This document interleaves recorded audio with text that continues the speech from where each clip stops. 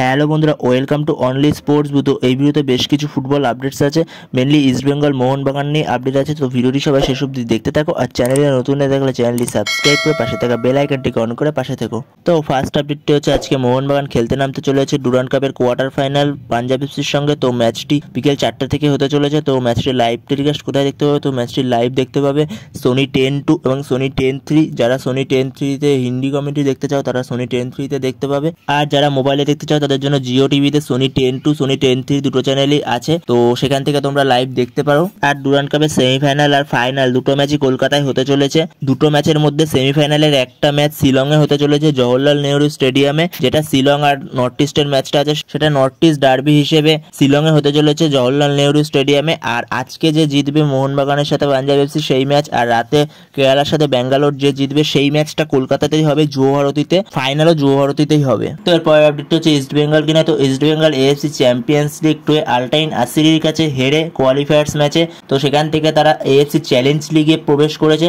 তো AFC challenge লিগে draw কালকে হয়েছে। তো ইস্ট বেঙ্গল কোন গ্রুপে পড়েছে তো সেটা দেখে নাও।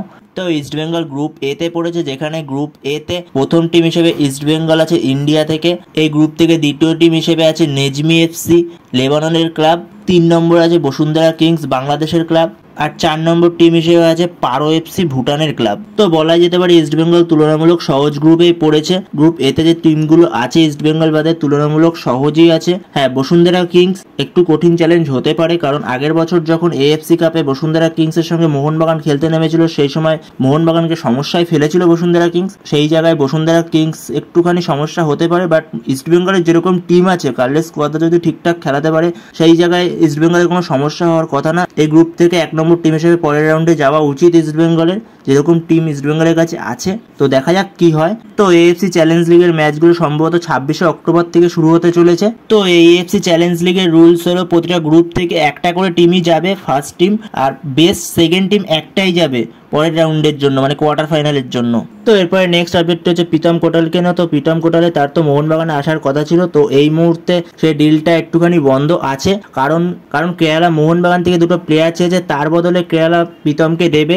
তো সেই জায়গায় প্রথমে কেরালা দীপক তাংড়িকে চেয়েছিল, কিন্তু দীপক তাংড়িকে মোহনবাগান কোনো মতেই ছাড়তে রাজি নয়, ছাড়বে না, তো পরিষ্কার বলে দিয়েছে। তো তারপরেও আরও দুটো প্লেয়ারকে তারা চেয়েছিল কেরালা, এক হলো অভিষেক সূর্যবংশী আর একজন হলো সুমিত রাঠি। তো সুমিত রাঠিকে ছাড়তে রাজি ছিল মোহনবাগান, কিন্তু অভিষেক সূর্যবংশীকে কোনো মতেই ছাড়বে না মোহনবাগান।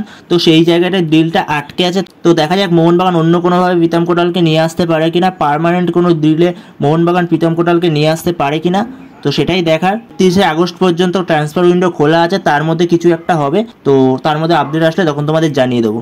তো এই ভিডিওতে এই পর্যন্ত। তো ভিডিওটি ভালো লাগলে অবশ্যই লাইক শেয়ার সাবস্ক্রাইব করতে ভুলো না। তো নেক্সট ভিডিওতে দেখা হচ্ছে, ততক্ষণের জন্য বাই বাই।